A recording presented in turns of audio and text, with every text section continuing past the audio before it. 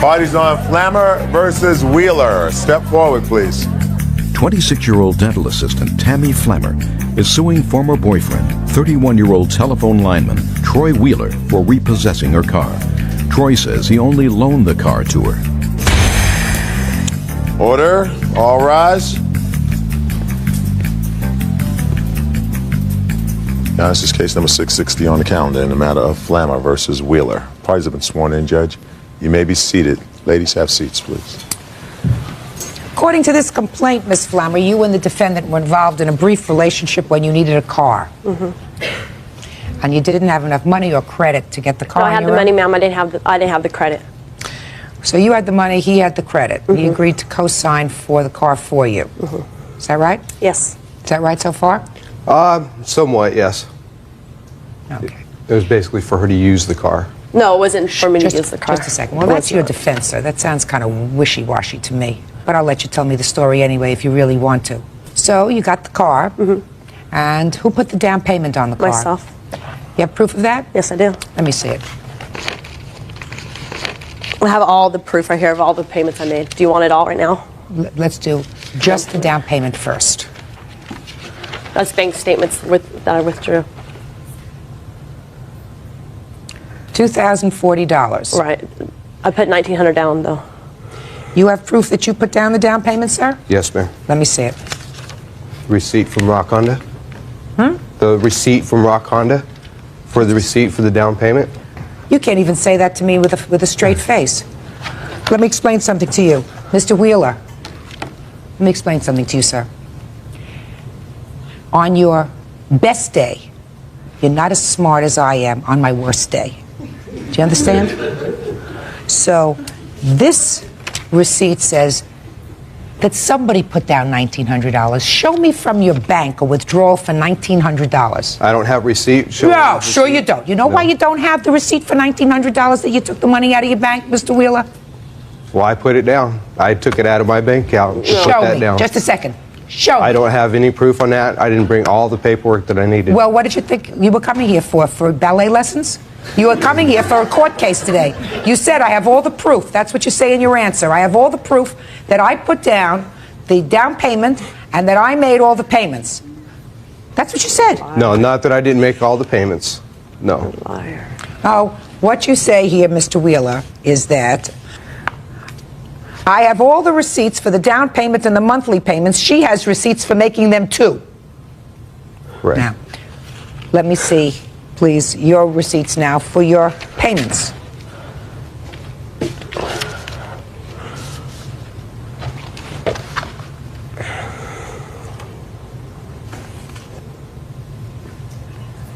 How much was the car payment? $297.10 a month. On some of them, it was $1 off. I didn't realize it was $297. It was I put $296 for 3 of them, I think. What's this made out to him for $400? That was for the car payment plus insurance that he said he had on the car, which I never had any proof of. I got proof of the insurance that I had to pay. What did she make all these payments to you, sir? It's for car payments. Shh. What's she speaking to you? The verbal agreement that we had, that as long as she has possession of the car, she's to make car payments and insurance payments. And any usage, something breaks, she's to pay for it all. And she didn't want to pay any insurance, which I had paid. I got the paperwork on that. Let me see.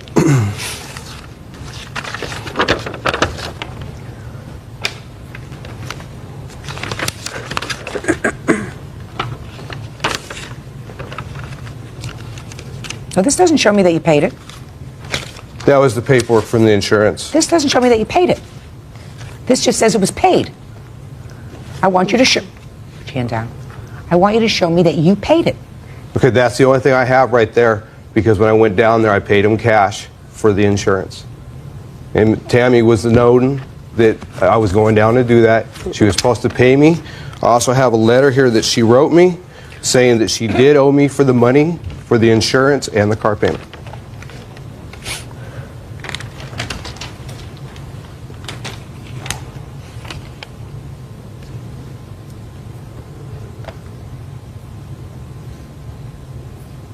And also, I had to...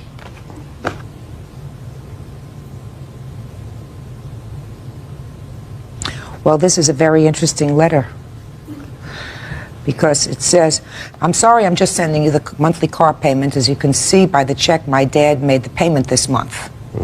Okay. I'm very sorry, but I don't have the insurance money. This is in September of '98. We're having trouble finding a job, but I know that that's not your problem. Also, I need some written agreement on this car to make things legal. I need to have it in my name. For all the paperwork. I need to have it in my name. If not, then there's no point in my driving it. I love it and take good care of it. But for sure, I need the papers on it. She says, by the way, I haven't forgot I owe you money. You're first on my list as soon as I get a job. I promise. I need to also find a way to get my stuff up there. And then there's some expletive. Judge Judy continues in a moment. So she didn't make the insurance payment, you came and took the car. Yes, after she threatened that she'd run it into a block wall and key it up. I believe she did that. That's the kind of personality that I could see she's got.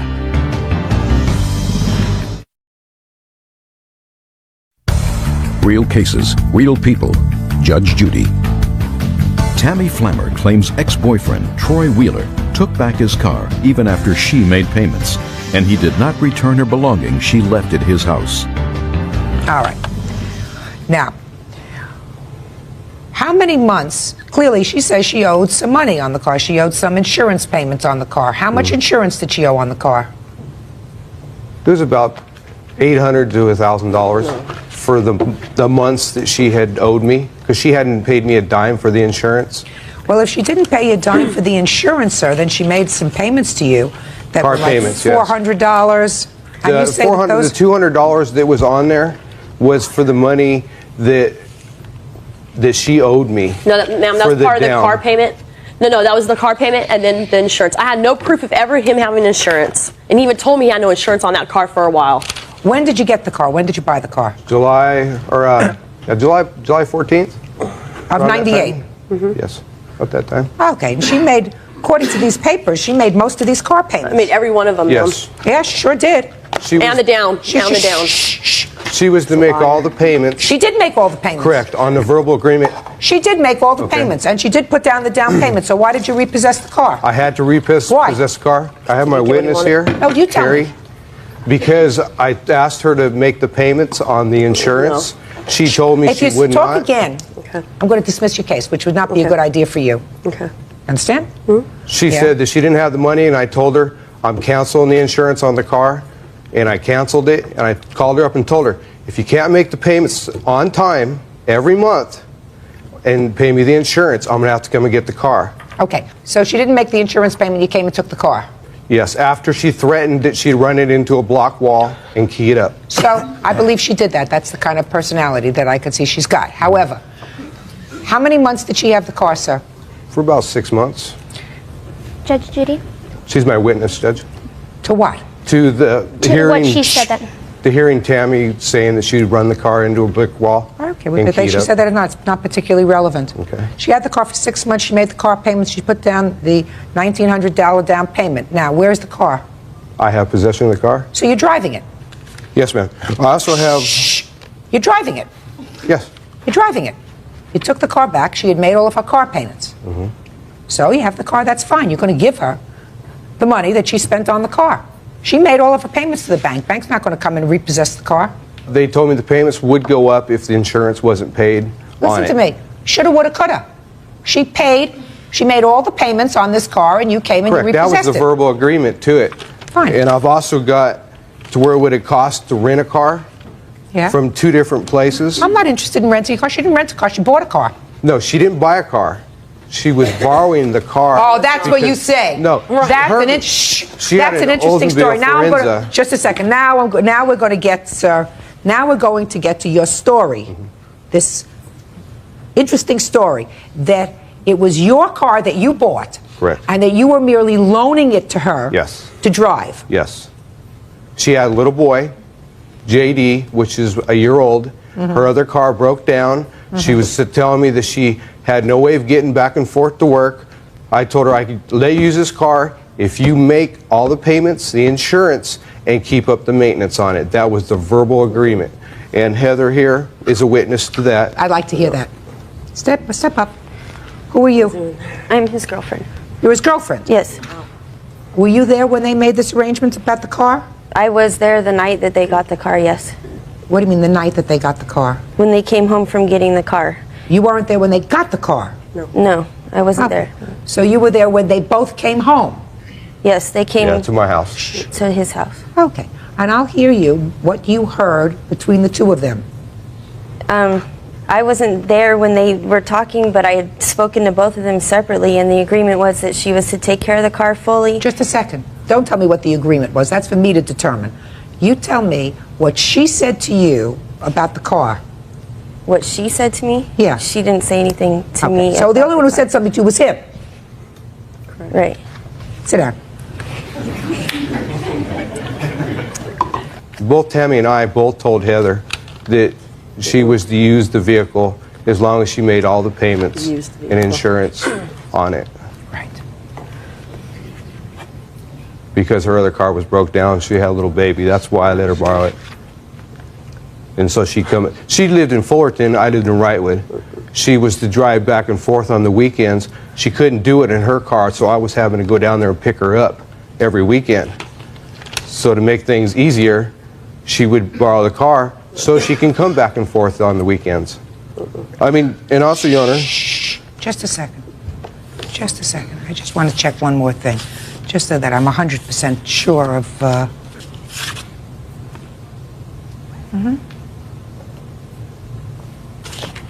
if I could say something, Your Honor. Yeah, go ahead. Just to show, that I was doing things for her to help her out, she was arrested for spousal abuse, beating her boyfriend up, to where That's not irrelevant to the I case, had though. to bail her out. She didn't have the money. Nobody would bail her out. I had the money, and I was nice enough to even bail her out on this, just like I was nice enough to let her use the car. Judge Judy continues in a moment. I don't know of any other normal person who would say, put all my valuables out on the front porch. They were in the bags that she brought. I put Now, I them don't on care the whether they porch. were in bags, suitcases, or That whatever. night- It doesn't make sense for somebody to tell you to put their stuff on the front porch. Closed captioning, sponsored in part by Real Cases, Real People, Judge Judy. Tammy Flammer says Troy Wheeler took his car back and kept her things after they broke up. Sir, I don't believe that you let her use the car. And I tell you why I don't believe that you let her use the car. She withdrew money immediately from her bank immediately prior to when this car was purchased. A substantial amount of money. Over $2,000. You have absolutely no proof. But is the- I'm speaking. Don't speak when I'm speaking. You have absolutely no proof to show me that you withdrew that money from your account in order to make a payment, that which would have been very important to bring. Not everybody Which has you- money in account, though. You mean you kept your money under a mattress? I keep money at home, and I keep money in my Well, checking then you're a account. very, very rich man. Furthermore, in September of 1998, she acknowledges that she owes you money, but goes on to say in this letter that you presented to me that she really has to have the car in her name. She wants the car in her name, that otherwise there's no point in her But I continuing also to... told her Shut, that- I'm speaking.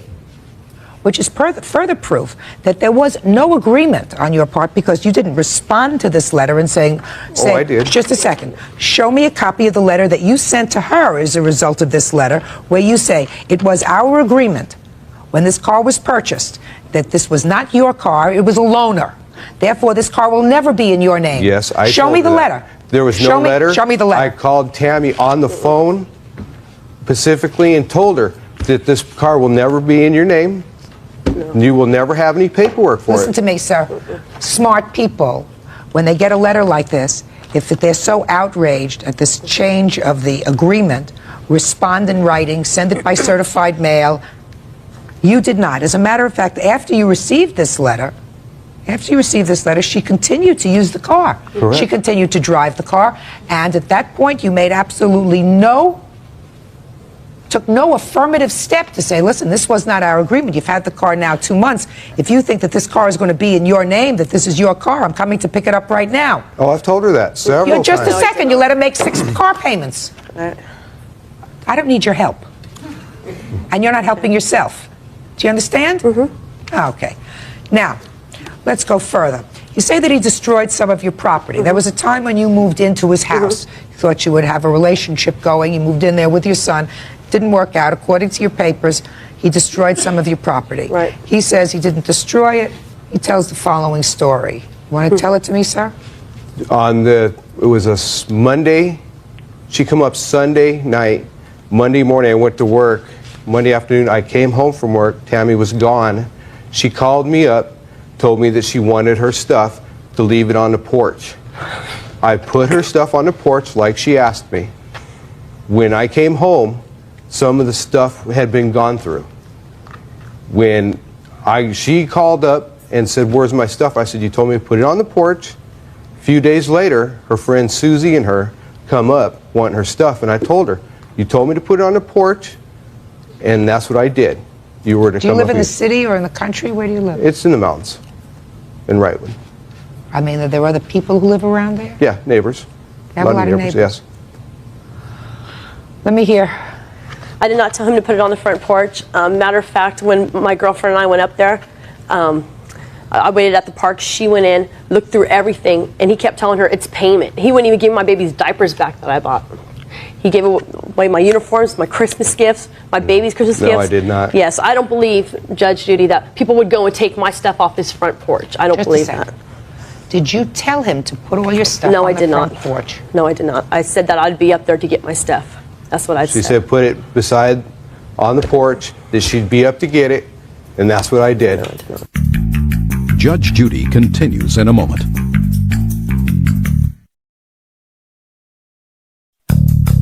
Want justice? Call 1-888-800-JUDY. On the internet, judgejudy.com. Let me tell you what doesn't make sense, sir.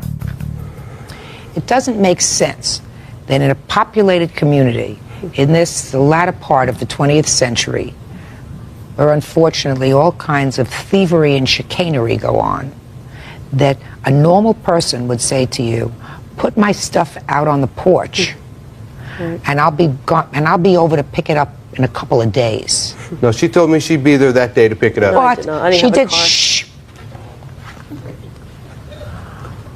But according to you, she didn't come for a couple of days. Right, she came. So it doesn't make sense to me, sir. I don't know of any other normal person who would say, "Put all my valuables out on the front porch." There was, clothes? And Whatever it is, put my stuff out on the front porch in boxes. Do you ever do that? They were in the bags that Would she you ever brought. What? They were in the bags that she brought. I put I them on don't care the whether porch. they were in bags, suitcases, That or whatever. night that I noticed that they had been gone through, I brought them back in the house. Yeah. And then that's when her friend Susie and her come up to get the stuff. It does what I'm saying to you, sir. It doesn't make sense for somebody to tell you to put their stuff on the front porch. Well, that's and what she then told me, not 'cause show I up. work. And then not show up for 2 days, according to you. She told me she'd be up that day and didn't show up for a few days. Let me and that's the way it explain happened. to you, sir. I don't believe that a normal person. She did, though, Your Honor. Well, she did. Just like you made the down payment on the car. Yes, I did. Judgment in this case is for the plaintiff in the amount of $3,400. That's all. Parties are excused. You may step out. Judge Judy continues in a moment. I'll be back. And on the next is Judge Judy.